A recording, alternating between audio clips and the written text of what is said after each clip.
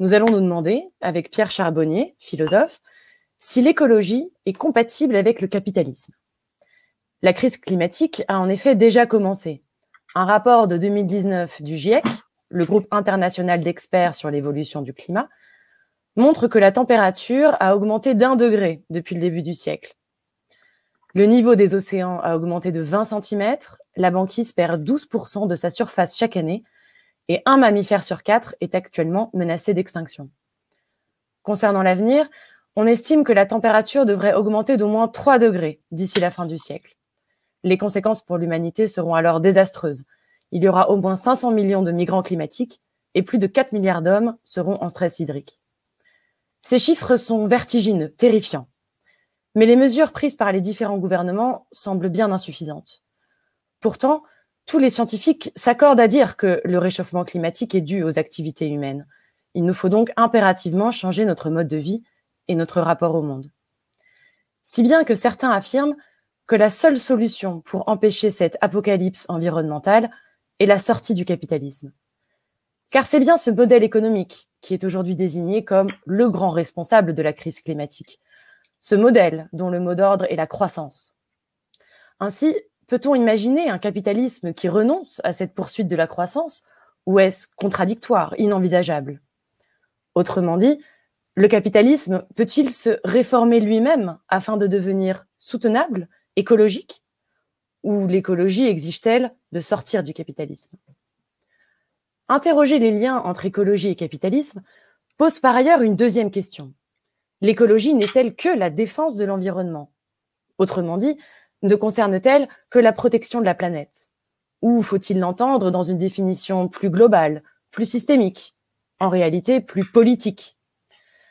Car la crise environnementale pose d'emblée des problèmes de justice sociale, comme le montre le problème des migrations climatiques. Faut-il donc penser une écologie politique qui comprendrait non seulement une défense de l'environnement, mais également un projet politique de justice sociale? Je laisse donc la parole à Pierre Charbonnier, qui va nous proposer un éclairage philosophique sur ce problème, et n'hésitez pas à poser vos questions en commentaire tout au long de la conférence. Bonjour Pierre Charbonnier. Bonjour. Je vous laisse donc la parole maintenant pour 25 minutes de réflexion sur ces questions. Merci à vous.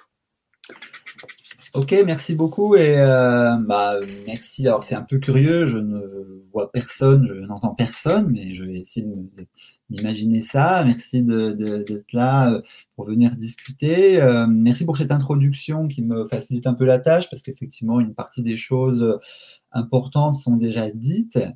Donc, alors, comment rentrer dans ce sujet?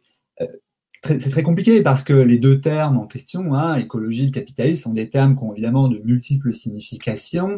Mais bon, quand même, pour se lancer, parce qu'on ne peut pas faire des dissertations de philosophie comme ça, pour se lancer, on va essayer de paraphraser en se demandant quelle est la compatibilité en fait entre une économie politique orientée par la recherche du profit privé,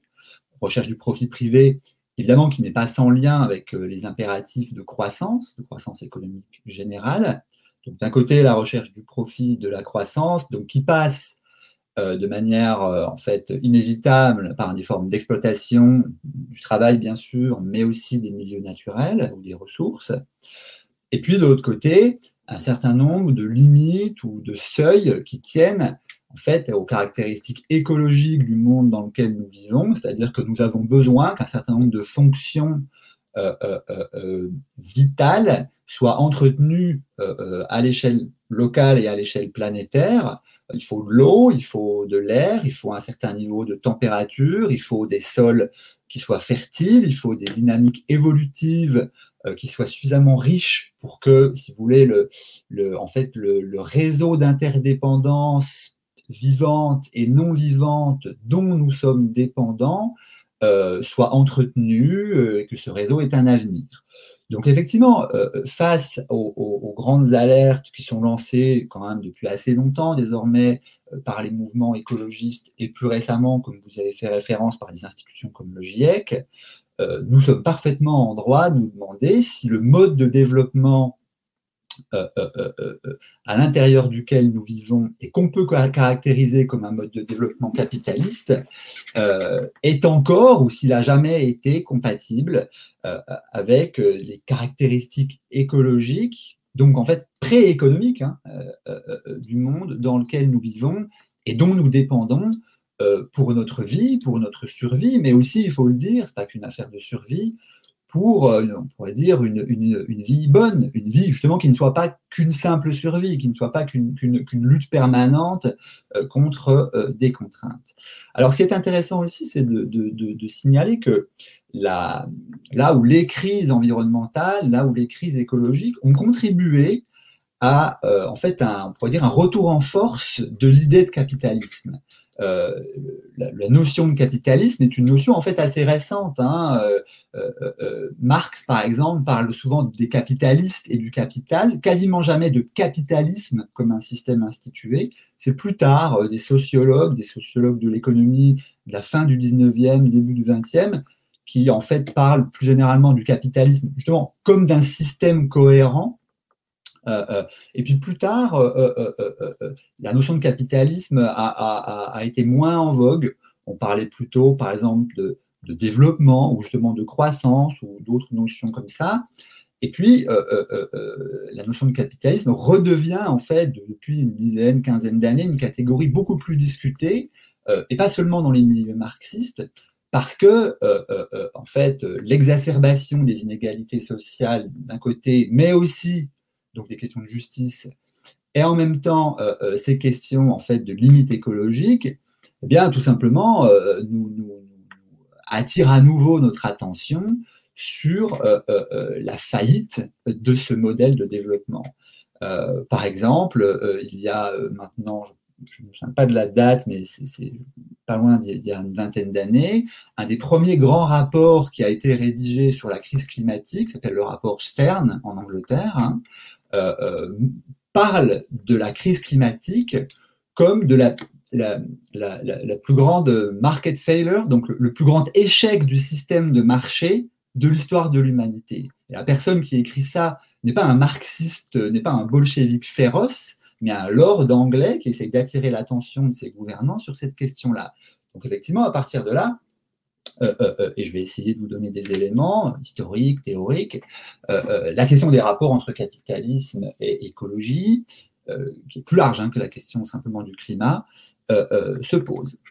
Alors, une des choses à avoir en tête d'abord, c'est que si vous voulez, la légitimité politique du mode de développement capitaliste tient quasiment depuis son origine à une promesse d'amélioration des conditions générales de l'existence. C'est-à-dire une des raisons principales pour lesquelles les premiers promoteurs de l'organisation de l'économie sur le mode du marché et donc de la maximisation du profit privé, donc ce projet économique et politique-là a trouvé son appui dans un discours consistant à dire que ce régime économique-là est meilleur que le précédent, l'économie, disons, post-féodale, est meilleure que le précédent pour réaliser les aspirations individuelles, à la fois sur un plan moral, c'est-à-dire en donnant un plus large accès au marché, aux individus producteurs et consommateurs, on produit une société plus mobile, plus pacifiée, ou par exemple, on répond aux problèmes de guerre de religion en orientant les conflits d'intérêts dans la sphère marchande au lieu de les laisser dans la sphère du conflit religieux. On donne plus de souplesse aux aspirations, en fait, on peut dire individualistes, de réalisation personnelle. Et c'est en ce sens, d'ailleurs, que la philosophie politique du libéralisme est consubstantiellement liée au projet de l'économie politique capitaliste. L'économie politique capitaliste promet aussi une meilleure réalisation en fait, de la réponse aux besoins, tout simplement. C'est-à-dire, je vais essayer de développer ça, l'économie politique capitaliste est une promesse de ce qu'on appelle techniquement parfois les gains de productivité, c'est-à-dire à travers un changement d'usage de la terre, de la technologie, de la science, de différentes formes de rationalité. Simplement, on augmente les capacités productives de la société et donc on éloigne l'horizon des besoins, du manque et même en fait de la famine, de toutes ces choses-là, de la maladie. Et donc, il y a une promesse de réalisation, à la fois, on pourrait dire, morale, civile, mais aussi strictement économique, c'est-à-dire du rapport aux besoins. Et puis, derrière, en fait, ces promesses, en fait, qui sont la dimension, on pourrait dire, idéologique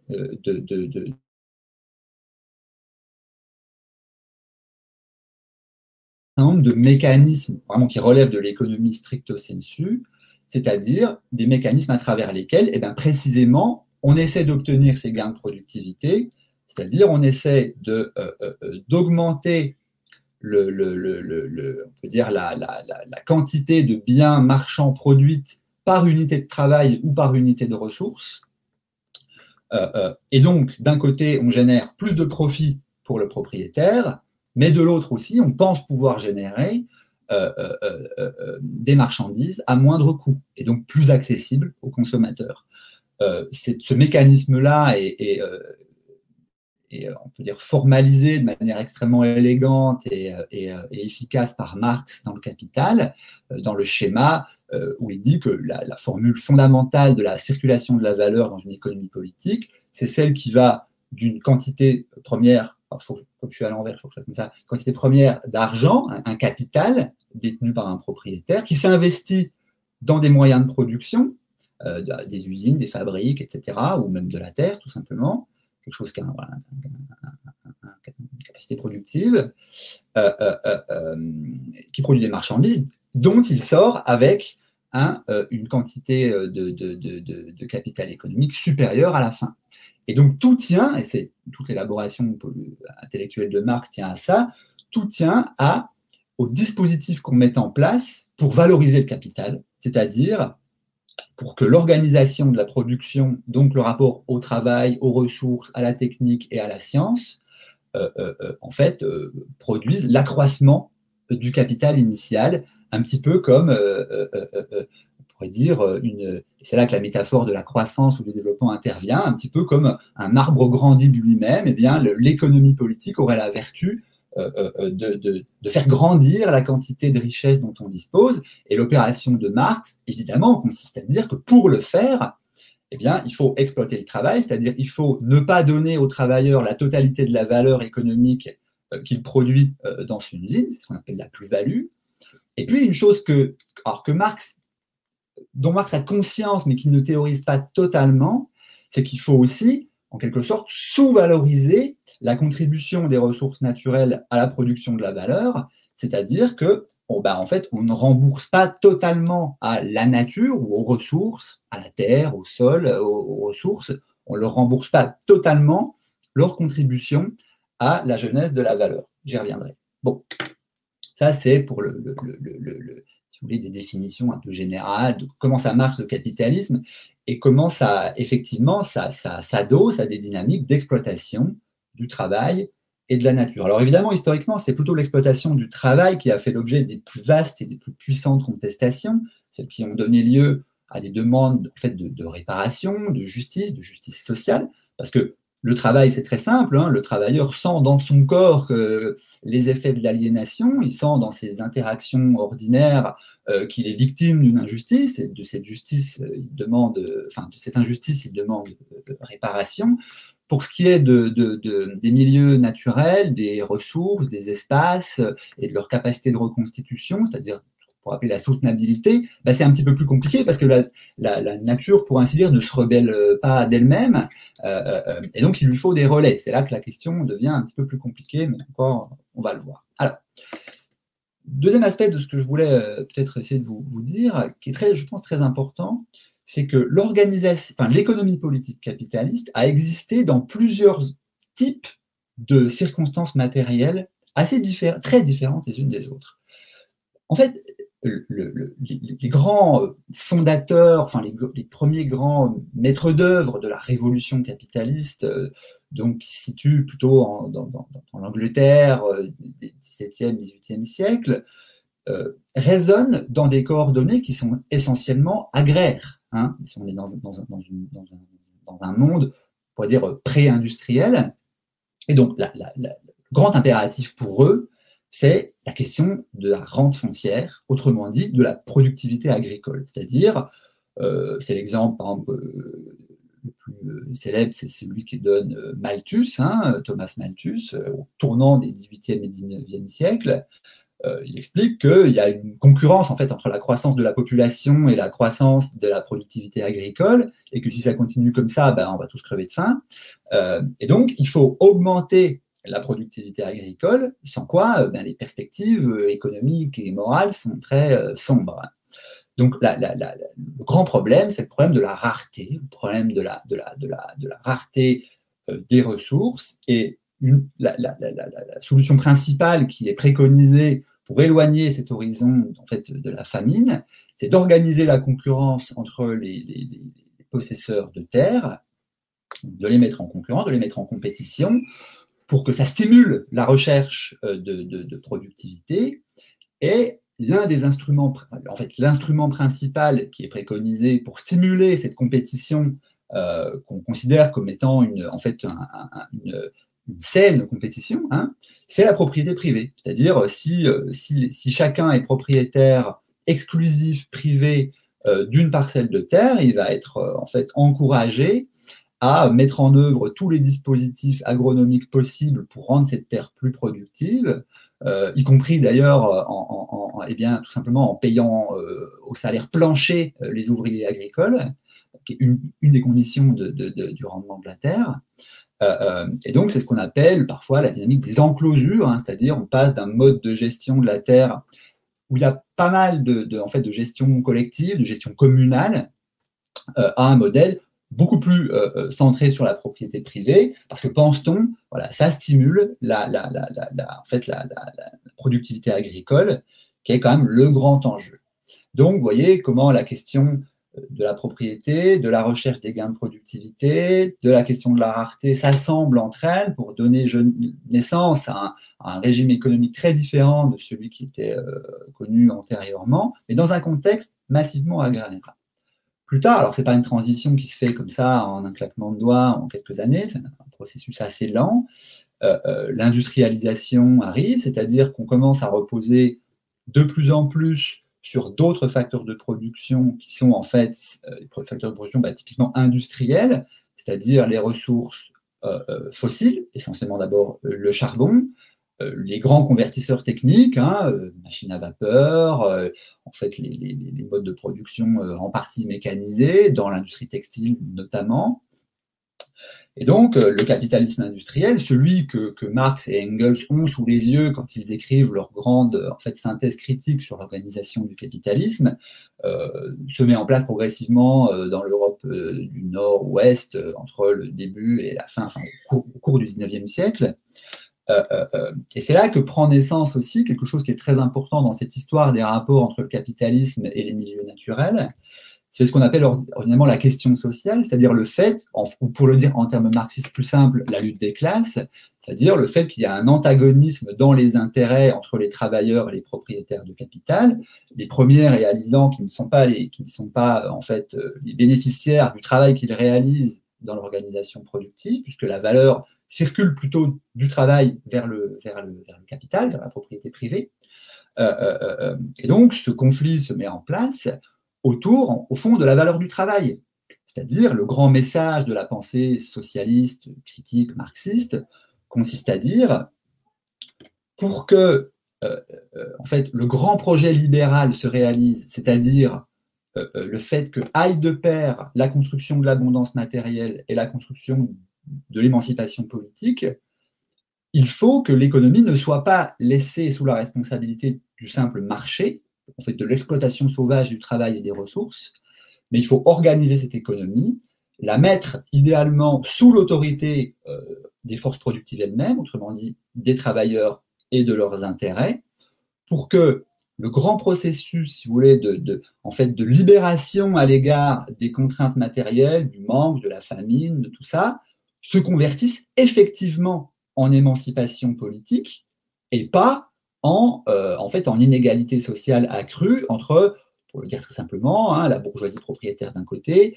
et le prolétariat ou la classe ouvrière de l'autre. D'ailleurs, pas seulement la classe ouvrière, mais la classe paysanne aussi. Donc, la question sociale se met en place autour du socle que constitue l'amélioration de la condition politique par l'intermédiaire de l'amélioration des conditions matérielles d'existence. Et c'est une des raisons pour lesquelles la critique d'inspiration marxiste ou socialiste de l'économie politique capitaliste, en quelque sorte, valide ou intègre à l'intérieur même de son projet politique les impératifs de développement matériel, les impératifs de développement technoscientifique, d'intensification des formes d'exploitation du milieu, parce qu'en fait, pour réaliser les aspirations collectives à une certaine forme de prospérité, de développement, encore une fois d'émancipation, de contrôle du destin historique aussi, eh bien, il faut reposer sur ces capacités productives. Bon. Ensuite, alors, et c'est d'ailleurs une des caractéristiques les plus étonnantes du capitalisme, c'est qu'il parvient à s'adapter à des contextes historiques très différents les uns des autres. Donc, vous voyez, le capitalisme naît dans un contexte essentiellement agraire. On pourrait dire qu'il se réajuste, il se réadapte dans un contexte essentiellement industriel, et ça donne lieu, si vous voulez, au conflit entre le travail et les intérêts du travail et les intérêts du capital, qui est quand même le grand conflit structurant de la modernité politique des 19e et en fait jusqu'à aujourd'hui, ça ne cesse pas. Mais précisément, cette conflictualité sociale-là, qui est caractéristique des sociétés industrielles, est en train aujourd'hui d'être redéfinie dans un contexte matériel qui est à nouveau en train de se transformer, et il est en train de se transformer d'une manière, je veux dire, essentiellement négative, voire catastrophique, c'est-à-dire, eh bien, c'est ce qu'on nous a dit tout à l'heure en introduction, on commence à comprendre, ça fait un bout de temps qu'on sait que les grandes régulations systémiques qui font que notre planète est habitable, et est habitable dans de bonnes conditions, sont menacées par l'accumulation dans l'atmosphère des résidus de la combustion des gaz, des énergies fossiles, donc les gaz à effet de serre. Et puis parallèlement à ça, il y a aussi une atteinte en fait aux dynamiques évolutives par exemple, la disparition massive de très nombreuses espèces vivantes, l'érosion de la fertilité des sols, les entraves au processus de filtration de l'eau, etc. Donc, les grandes fonctions écologiques qui tiennent nos existences, en fait, avant même que la question économique se pose, sont menacées par les retombées de l'activité économique industrielle. Bon, et donc c'est là, donc, au moment où on parle, que à la fois, en fait, l'organisation capitaliste, c'est-à-dire en fait la recherche du profit sous l'impératif de croissance, de développement, est en train en fait, de subir de nouvelles contraintes. Donc c'est la question que vous me posez, est-ce que le capitalisme est compatible avec les enjeux écologiques?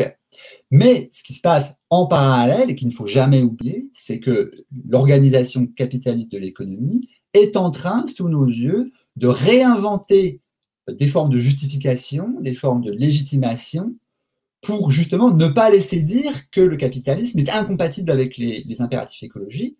Le capitalisme est en train enfin, le capitalisme n'est pas une entité comme ça mystique, mais donc, les porteurs d'intérêt du profit essentiellement lié à la propriété réfléchissent à une façon de conserver leur légitimité sociale dans un contexte où ils sont attaqués parce que leur responsabilité dans l'érosion écologique générale est en jeu. Alors, donc, une chose qu'il faut avoir en tête aussi, c'est que l'une des caractéristiques en fait, de la valeur économique telle qu'elle est conçue dans l'organisation capitaliste est, à l'égard des questions écologiques, très curieuse. Je vous donne un exemple. On extrait du pétrole des ressources souterraines, sous-marines, on le raffine et puis on l'achemine jusqu'à des convertisseurs thermiques, un moteur de voiture, un procédé industriel. Et puis là, donc, il y a des émissions de CO2 et autres, donc de gaz à effet de serre. Dans ce processus-là, on peut le comprendre de deux manières. D'abord, il y a le processus économique, c'est-à-dire l'État à l'intérieur duquel on extrait les ressources touche une rente sur les concessions pétrolières.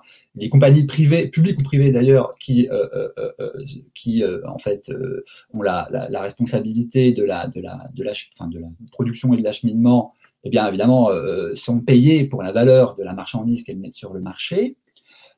Et puis le consommateur paye, etc.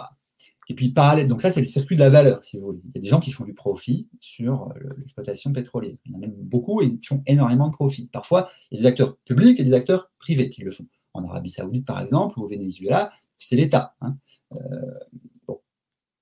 Et puis, parallèlement à ça, il y a le circuit écologique, c'est-à-dire le fait que donc, on extrait des ressources souterraines et puis on accumule dans l'atmosphère des gaz à effet de serre qui constituent ce qu'on appelle parfois en économie des externalités, c'est-à-dire ce gaz à effet de serre, ça provoque l'élévation du niveau des mers, l'élévation moyenne des températures, toutes sortes de catastrophes à la fois sociales et naturelles, et ces catastrophes, elles ont un coût. Mais évidemment, ce coût n'est pas imputé aux producteurs, enfin aux bénéficiaires de l'activité extractive du pétrole. Ce coût, en général, il est imputé à la puissance publique, qui doit réparer des catastrophes, qui doit en payer des soins de santé, ou alors il est imputé directement aux personnes qui sont malades. Et donc, il y a en fait un transfert de valeur, en quelque sorte invisible du point de vue des métriques de l'économie politique, qui se fait entre les intérêts attachés à l'exploitation et les intérêts attachés simplement à la poursuite d'une vie la meilleure possible dans le contexte écologique qu'on connaît. Donc, l'idée qui devait structurer la correction écologique du capitalisme, qui est le principe du pollueur-payeur, ou, sous d'autres formes, le principe de la taxation des émissions de gaz à effet de serre, en fait, comme il n'est pas réellement implémenté, on assiste à un transfert des coûts des intérêts privés aux collectivités publiques, en fait. Et tout ça peut s'expliquer par une raison très simple, c'est que si on devait faire supporter à l'industrie extractive du charbon ou du pétrole les coûts annexes, les coûts externes et négatifs de leurs activités, eh bien tout simplement ces activités ne seraient plus rentables. Elles seraient à perte. Et donc c'est là qu'un rapport de force est en train de se construire, ou je pourrais dire de manière normative, devrait se construire entre différentes formes d'intérêt. Et ça, ce qui est très curieux, c'est que ça n'est pas tout à fait la même chose que la lutte des classes industrielles classiques. La lutte des classes industrielles classiques, c'est une divergence d'intérêts, je vous l'ai déjà dit, entre le travail et le capital. Mais cette divergence d'intérêts entre le capital et le travail, il se trouve qu'elle peut être résorbée par quelque chose de quasiment magique, qui est la croissance. Très simplement, si on augmente la taille du gâteau, il est beaucoup plus facile de donner de plus grosses parts à la fois aux investisseurs, donc qui sont payés pour leur investissement, aux actionnaires, si vous voulez, et aux travailleurs, de l'augmentation des salaires. Mais quand on dit, en fait, ce gâteau, le problème de l'augmentation de la taille du gâteau, c'est le changement climatique, la conflictualité entre les uns et les autres ne peut plus se résoudre par ce magic bullet, là, cette solution magique qu'est la croissance. Et alors là, en principe, les tensions augmentent, les tensions sociales augmentent. Mais le problème qui se rajoute, et on l'a vu par exemple pendant l'épisode du mouvement des Gilets jaunes, le problème c'est que une bonne partie des modes de vie des personnes qui sont en fait lésées, qui subissent l'injustice d'organisation politique du capitalisme, sont aussi très simplement prises dans des systèmes de transport, des systèmes d'habitat qui sont coûteuses en fait en énergie. Les gens doivent prendre leur voiture pour aller au travail ou pour emmener leurs enfants à l'école ou pour XY. Ils vivent dans des logements qui ne sont pas forcément bien isolés. Donc en fait, les gens ont besoin que les énergies ne soient pas trop chères pour que leur budget tienne, surtout quand ils sont pauvres ou modestes. Et donc là, le problème si vous voulez, de la divergence d'intérêts entre les différentes catégories sociales, donc la question de la structure sociale et des injustices liées à la structure sociale, est assez largement en fait remise en jeu, remodelée par le problème écologique et climatique qui change complètement la donne quand il s'agit en fait tout simplement de partager les richesses, parce que ce qui est en jeu, c'est l'idée même de richesse. Donc, vous voyez, c'est là que les choses deviennent extrêmement complexes. Le capitalisme est en jeu, je pense que c'est assez clair. La façon dont le capitalisme, en fait, pense la valeur est en jeu, mais en même temps, si vous voulez, les demandes sociales de justice se formulent dans un contexte où on ne peut plus totalement y répondre en disant bon bah on va libérer la croissance pour répondre en même temps aux investisseurs, parce que si les investisseurs sont pas contents, ben, en fait ils vont arrêter d'investir et donc pensent qu'ils vont arrêter d'investir et on pense que du coup ça va neutraliser l'économie. Et puis, on ne peut pas non plus totalement répondre aux aspirations du travail, parce que pour ça, il faudrait que l'économie augmente. Donc là, on se retrouve dans une forme de conflictualité sociale extrêmement tendue, à quoi s'ajoute, et après je vais m'arrêter, j'ai vu qu'on va passer à la suite. Une chose qu'il ne faut jamais oublier, c'est la dimension globale aussi de ces inégalités, puisque une des caractéristiques des pays riches comme le nôtre, ou d'autres qui le sont encore plus, c'est qu'ils sont, en fait, ils ont réussi à constituer précisément un certain niveau de richesse qui leur permet de financer qui leur permettrait logiquement de financer ce qu'on appelle parfois une transition énergétique ou même une transition écologique. Donc, en gros, de passer vers plus d'électrification et pour émettre moins de gaz à effet de serre et avoir l'air d'être des acteurs volontaristes et généreux sur la scène internationale, alors que d'autres régions du monde plus pauvres, comme on dit parfois le Sud, ou ce qu'on appelait avant le tiers-monde, sont encore assez massivement coincés dans des formes de développement écologiquement coûteuses, parce qu'il se trouve que les formes de développement écologiquement coûteuses sont aussi les moins chères. C'est le charbon. Le charbon, ça reste l'énergie la moins chère. Et donc, c'est, par exemple en Inde ou d'autres pays du monde, les énergies qui sont les plus favorisées pour répondre à des demandes de développement qui viennent de la base sociale et qui sont des demandes de développement qu'on ne peut pas rejeter d'un revers de main comme ça, surtout quand nous-mêmes en avons profité historiquement. Donc, il y a des questions de justice sociale intranationale, des questions de justice sociale globale, qui toutes sont remodelées, redéfinies par les questions écologiques et climatiques, et qui elles-mêmes remettent en jeu, si vous voulez, les modes d'organisation, les modes de valorisation qui sont ou qui étaient celles de l'économie politique capitaliste. Donc, vous voyez, je ne réponds pas à la question, je ne vous dis pas est-ce que le capitalisme est incompatible ou est totalement compatible avec l'écologie, mais ce vers quoi je voudrais porter votre attention, c'est le fait que d'un côté, le capitalisme lui-même, en fait, est doté d'une forme de dynamique d'adaptation permanente aux conditions dans lesquelles il fonctionne, y compris dans la crise climatique. Donc, pour résumer un peu, je pourrais vous dire, oui, malheureusement, le capitalisme essaye de se rendre compatible avec l'impératif climatique et écologique. Et parallèlement, il y a un remodelage aussi des demandes sociales, ou comme on dit parfois du contre-mouvement, c'est-à-dire du mouvement de critique du capitalisme et de ses conséquences sociales, qui lui aussi est en train de se remodeler sous la contrainte écologique et climatique. C'est un petit peu comme ça que j'envisage les choses. Voilà. Donc j'espère que c'était à peu près clair, que ça peut donner des éléments de discussion, car je crois que c'est le moment bien de discuter. Merci beaucoup Pierre Charbonnier pour cet éclairage à la fois historique et conceptuel sur toutes ces questions. Alors on va vous poser quelques questions que nous avons préparées avec l'équipe Politeia, et ensuite nous laisserons la parole au public pour des questions et des commentaires.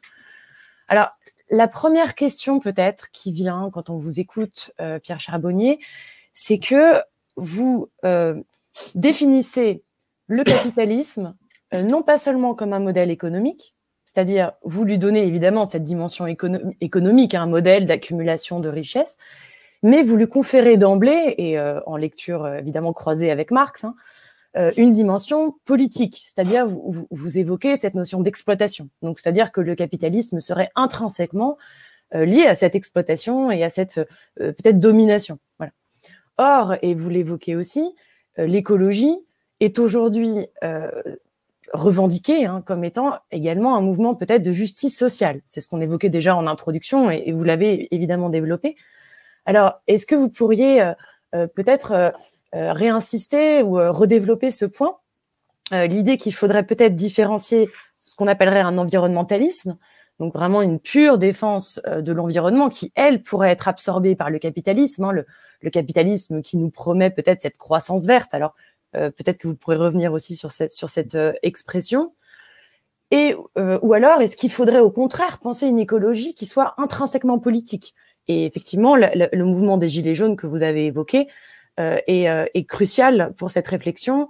Je précise aussi, et je vous laisse tout de suite la parole après ça, qu'aujourd'hui, le 5 décembre, c'est la journée mondiale de l'égalité des chances. Donc, finalement, nous sommes dans un calendrier qui correspond à tous ces questionnements. Voilà. Donc, je vous laisse la parole, Pierre Charbonnier. Alors, il y a deux choses dans ce que vous dites. D'abord, l'articulation en fait entre la dimension économique et la dimension politique du capitalisme, et de l'autre, effectivement, qui sont importantes, qui est celle de l'adéquation partielle ou totale entre les revendications écologistes ou environnementalistes et la critique du capitalisme. Alors, sur le premier point, effectivement, si vous voulez, une des leçons principales de la sociologie, des sciences économiques, consiste à dire que le capitalisme n'est pas qu'une manière d'organiser, ce n'est pas qu'un mode de production, si vous voulez, c'est aussi, comme vous l'avez dit, un mode de domination, c'est-à-dire, on peut le dire de manière moins normative, c'est-à-dire une manière d'organiser des rapports sociaux, des hiérarchies, donc de la conflictualité, et c'est aussi une manière, en fait, ce qui est en jeu, c'est la question de la légitimité. C'est-à-dire, par exemple, après la Seconde Guerre mondiale, ce qui s'est passé, c'est un processus de relégitimation de l'économie politique capitaliste après la grande catastrophe des empires, etc., des rivalités économiques. Donc, on a construit des systèmes de retraite, des systèmes de sécurité sociale, de santé, d'éducation, qui permettaient en fait de constituer un socle social en fait démarchandisé, partiellement soustrait aux logiques du capitalisme. Tout ça pour que, par ailleurs et parallèlement, la dynamique d'accumulation du capital puisse se perpétuer. Donc, vous voyez, en fait, le capitalisme n'est pas en fait, le marché n'est pas un truc qui existe tout seul. Il existe toujours adossé à des institutions sociales. Il n'est jamais sans rapport, par exemple, avec l'organisation religieuse, avec l'organisation familiale, avec tout un système de normes sociales qui rend possible l'existence, en fait, d'un système marchand.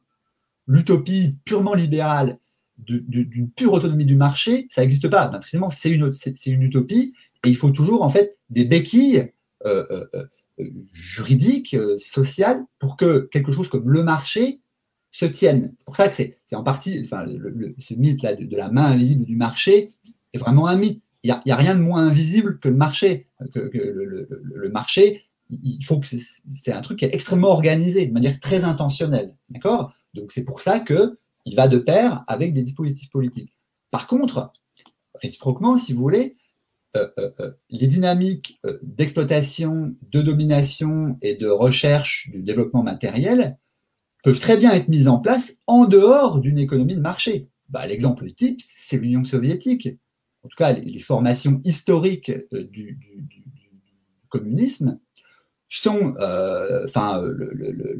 les plans quinquennaux de Staline, puis ensuite Khrouchtchev, etc., sont bien des plans qui visent au développement, à la croissance, donc à l'exploitation des ressources, mais simplement les dispositifs politiques employés pour rejoindre cette finalité-là sont très très différents des dispositifs politiques qu'on a l'habitude d'appeler capitalistes. Donc vous voyez, il n'y a qu'une superposition partielle entre des modes d'organisation économique et des formes de domination politique. Bon.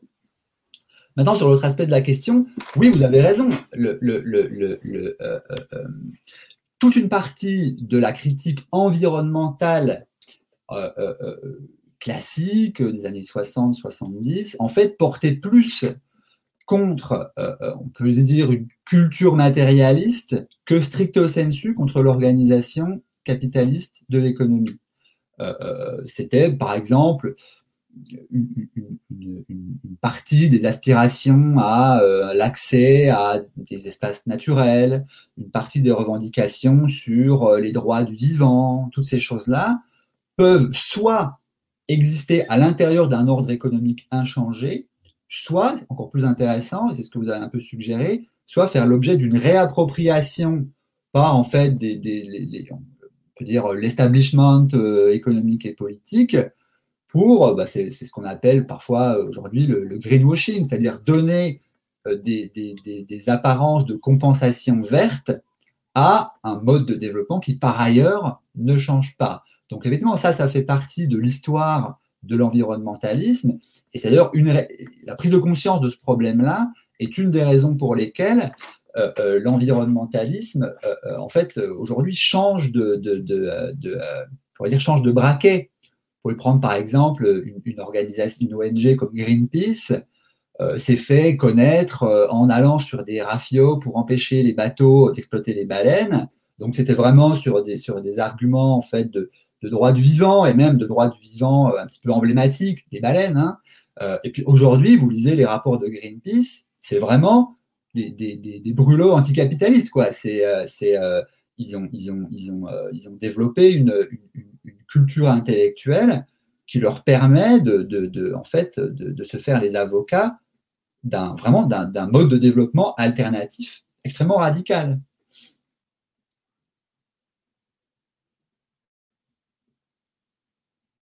Ah, je ne vous entends pas. Je vous entends pas. Il fallait que je remette mon micro, pardonnez-moi. Merci beaucoup. Alors, on a évidemment beaucoup d'autres questions, notamment, qu'est-ce que nous dit la crise du Covid qu'on vient de traverser? Alors, le Covid, on nous en a...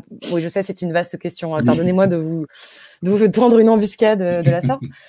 On nous a beaucoup parlé de ce fameux monde d'après du Covid. Alors, cette crise sanitaire qui nous proposait un nouveau monde, une réflexion sur justement les modalités de production, les modalités d'organisation du travail, etc., qui finalement nous a montré aussi ce qui était nécessaire, peut-être pour vraiment soutenir un projet écologique. Hein. La crise du Covid, enfin le premier confinement cette année 2020, voit la quantité d'émissions de gaz à effet de serre diminuer de 4 à 6%. Donc finalement, le confinement nous a montré ce qu'il faudrait faire si on voulait tenir les accords de Paris. Donc finalement, il y a ce paradoxe, alors que en même temps ou symétriquement, les individus se révoltent face à justement ce confinement, cette idée de limitation de la consommation, cette idée de peut-être de faire un régime, si j'ose dire, un régime capitaliste. Alors, comment est-ce qu'on peut interpréter justement cette double réaction des citoyens qui à la fois disent oui, ça nous montre ce qu'il faudrait faire pour le monde d'après, mais on n'a surtout pas envie de le faire? Alors, bon, il y a plusieurs choses dans ce que vous dites. Bon, c'est un peu une question piège, c'est vrai. Ouais. Mais bon, il y a plusieurs choses. D'abord, le premier point, alors effectivement, il y a une baisse des émissions de gaz à effet de serre qui est liée en fait simplement à la baisse de l'activité économique et à la baisse des transports. Mais par contre, je pense qu'il ne faut pas ce serait une erreur de l'interpréter comme le fait que le confinement nous indique la voie à suivre. Pour une raison très simple, c'est que les émissions de gaz à effet de serre reprendront au même rythme que l'économie, tout simplement parce que ce qui n'a pas été touché par la crise du Covid sont les infrastructures productives, les infrastructures de transport. C'est-à-dire pour décarboner l'économie, ce qu'il faut, c'est pas juste rouler moins pendant quelques mois. Ce qu'il faut, c'est intégralement réinventer le transport qui, à minima, sont décarbonés, c'est-à-dire utilisent d'autres sources d'énergie, d'autres convertisseurs énergétiques, et pour être plus maximaliste, je pense que c'est l'hypothèse qu'il faut faire, sont non seulement décarbonés, mais en fait plus sobres, c'est-à-dire moins coûteuses écologiquement en général. externalités négatives écologiques qui peuvent être importantes. Il faut toujours extraire quelque chose pour produire de l'énergie, même si ce n'est pas des énergies fossiles. Donc, ce qu'on n'a pas du tout, ce que la crise du Covid ne nous a pas du tout mis sous les yeux, c'est cette conversion des grandes infrastructures productives et de transport. Donc là, c'est un peu en trompe-l'œil.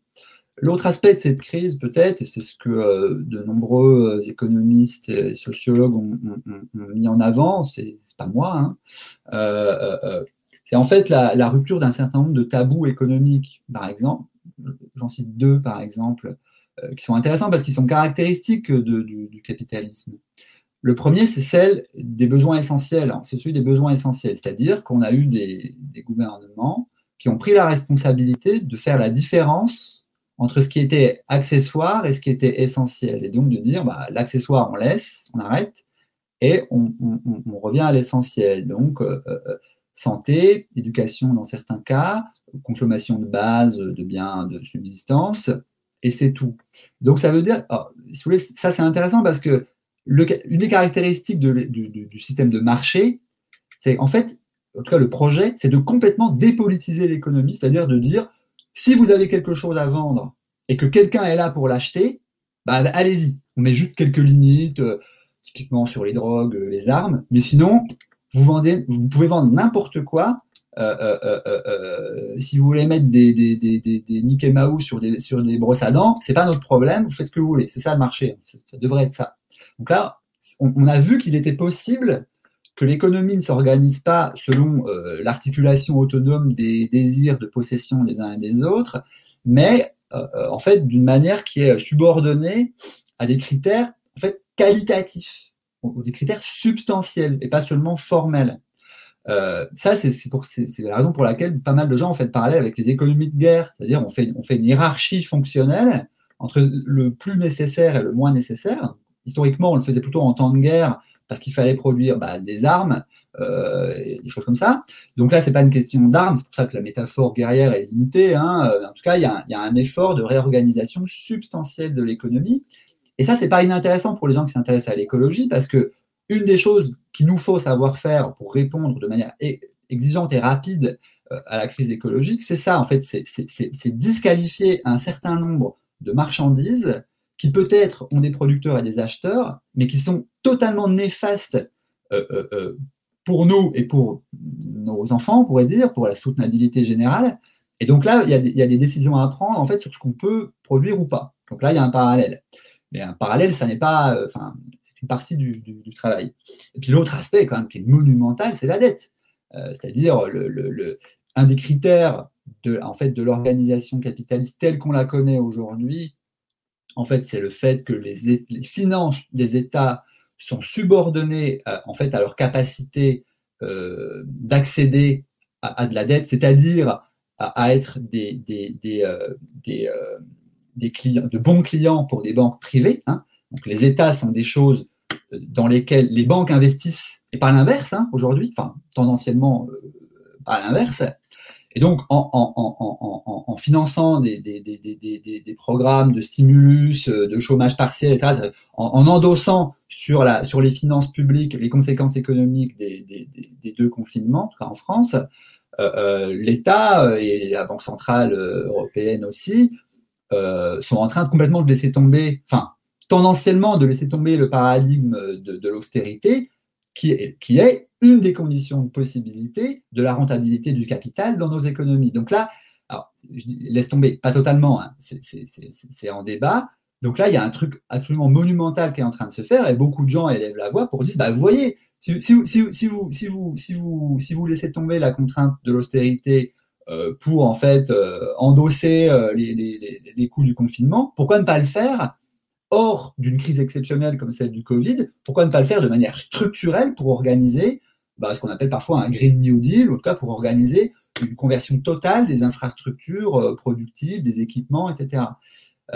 Donc là, on a aussi, si vous voulez, une perche qui se tend et que certains acteurs politiques, économiques essayent d'attraper Pour l'instant, malheureusement sans succès, mais en tout cas, l'opportunité est donnée pour ce type de réaction. Donc voilà, bon, la crise du Covid, elle a énormément de dimensions sur lesquelles on ne peut peut-être pas toutes revenir, mais celles-ci sont quand même assez intéressantes, je trouve. Alors, ça me permet en fait de faire une transition immédiate vers ma question suivante, parce que vous avez parlé justement de peut-être repenser les infrastructures, etc. Enfin, beaucoup de choses. Et donc, la question qui nous vient immédiatement, c'est celle des modalités politiques.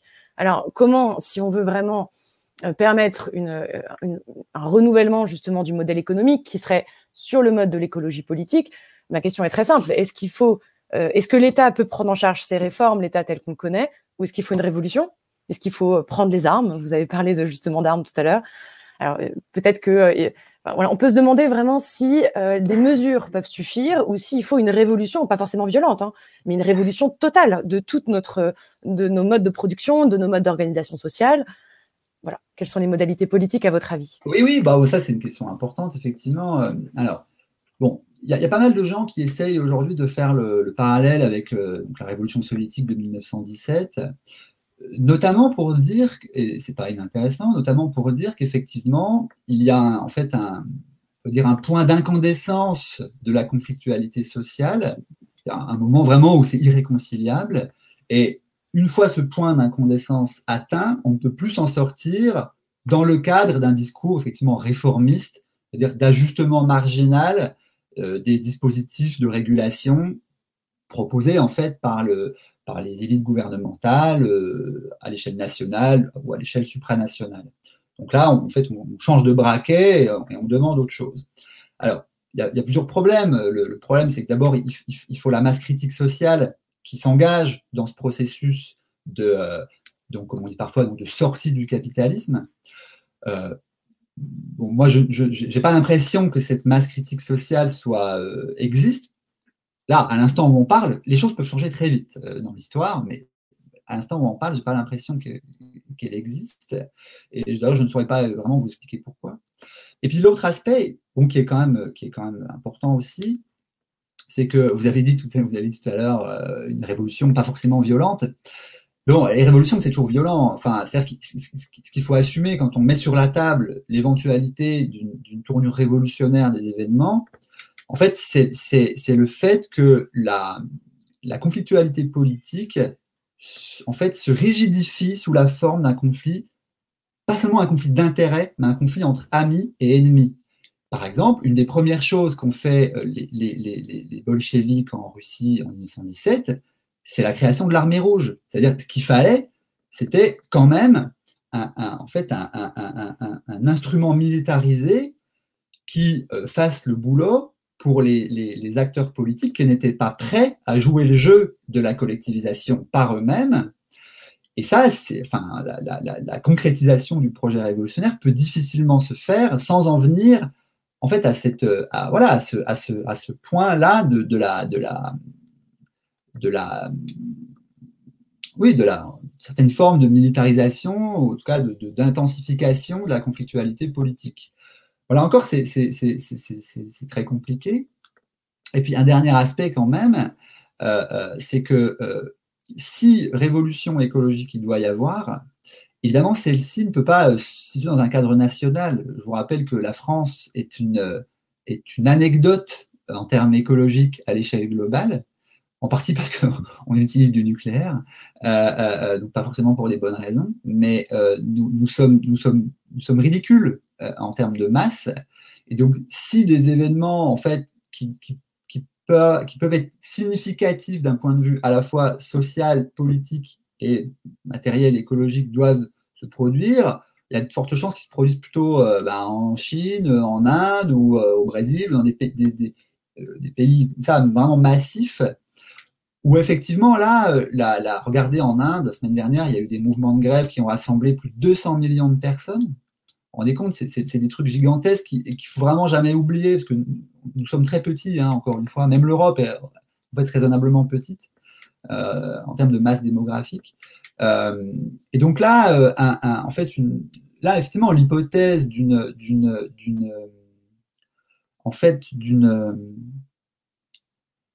défiance massive des forces ouvrières et paysannes dans un pays comme l'Inde à l'égard des élites politiques du BJP de Modi, ça, c'est un truc qui est possible. Et là, ça, c'est quelque chose qui a des conséquences globales, parce que comme ils sont en bonne partie, en fait, nos fournisseurs de biens fondamentaux, l'Asie en général, là, ça a des conséquences sur toutes les chaînes d'approvisionnement et toutes les chaînes d'investissement globales. Donc oui, je pense que notre destin politique et écologique dépend en fait beaucoup plus des aspirations sociales des ouvriers chinois et des paysans indiens que de nous-mêmes, ce qui ne veut pas dire que nous soyons réduits à l'impuissance, hein, très loin de là, mais voilà, il ne faut quand même pas oublier cet aspect des choses. D'accord, merci beaucoup. Une toute dernière question avant de laisser la parole au public, une question qu'on souhaite devenir récurrente chez Politeia. Quel est selon vous le statut du chercheur? Est-ce que justement vous pensez qu'il y a une situation peut-être de surplomb, d'extériorité, d'objectivité? Ou au contraire, est-ce que le chercheur est toujours déjà militant? Il est toujours déjà inclus dans son objet? Est-ce que finalement vous vous sentez plus, vous, analyste extérieur ou militant, ou les deux? Alors, c'est une question très importante que vous posez, merci. D'abord, je voudrais dire qu'on traverse une période très particulière pour l'activité de la recherche, notamment en sciences sociales, puisque récemment, certaines personnalités politiques ont remis en question le statut même de chercheur en sciences sociales, en disant qu'une partie non négligeable d'entre eux, donc enfin nous, étions responsables des divisions sociales, ou responsables, ou en tout cas complices Vous faites référence à l'islamo-gauchisme, j'imagine. Oui, c'est-à-dire que en fait, et c'est un discours qui nous alarmait quand des gens comme Trump ou Bolsonaro le disaient, mais il se trouve que maintenant on l'entend ici aussi, donc que des gens comme moi, et d'ailleurs effectivement plus particulièrement les gens qui travaillent sur les discriminations sociales ou religieuses, seraient en fait des ferments de désunion sociale. Bon, ça, je voudrais dire quand même que c'est absolument incroyable d'entendre ça aujourd'hui, alors que en fait, une bonne partie de la légitimité du régime républicain démocratique vient du fait que ce sont des régimes qui, en principe, se revendiquent du savoir critique, hein, de la capacité à la recherche, à la réflexivité sociale, de tendre un miroir parfois désagréable aux formes de pouvoir. Et donc, si cette possibilité-là continue à être en fait, corrompue, eh bien, effectivement, la question que vous me posez, il va être de plus en plus difficile d'y répondre, parce qu'on risque d'être coincé dans une alternative néfaste, en fait, entre être des chercheurs en fait, aux ordres et être des chercheurs qui prennent des risques politiques pour faire leur travail. Donc là, on a besoin tout simplement de la protection de nos tutelles, moi par exemple du CNRS et des institutions pour lesquelles... Et d'autant plus quand on travaille sur des sujets un peu sensibles. Alors, je dois dire que moi, travaillant sur ces questions-là, j'ai jamais directement eu affaire à des accusations de ce type-là. En fait, ces accusations, malheureusement, elles vont plutôt vers, je vous l'ai dit tout à l'heure, vers des gens qui travaillent sur des questions de discrimination religieuse, raciale, etc. C'est eux, en fait, qui sont plutôt visés. Nous, en réalité, quand on travaille sur l'écologie, on est plutôt bien vu.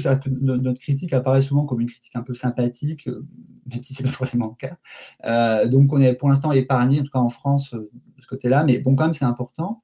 Et pour vraiment répondre à votre question, moi, je ne me considère pas comme quelqu'un dont la mission consiste à donner des armes à la critique. Pas du tout. Ma mission, d'ailleurs, par exemple, le premier chapitre de mon dernier livre s'appelle Critique de la raison écologique, parce que je pense que même, et en fait surtout les mouvements critiques, les mouvements en fait contestataires, peuvent et doivent faire l'objet d'un examen minutieux, distancié, contextualisé. Et moi, je ne considère pas du tout que je suis là pour donner une légitimation scientifique ou intellectuelle à des mouvements contestataires. D'ailleurs, ça me l'a beaucoup été reproché.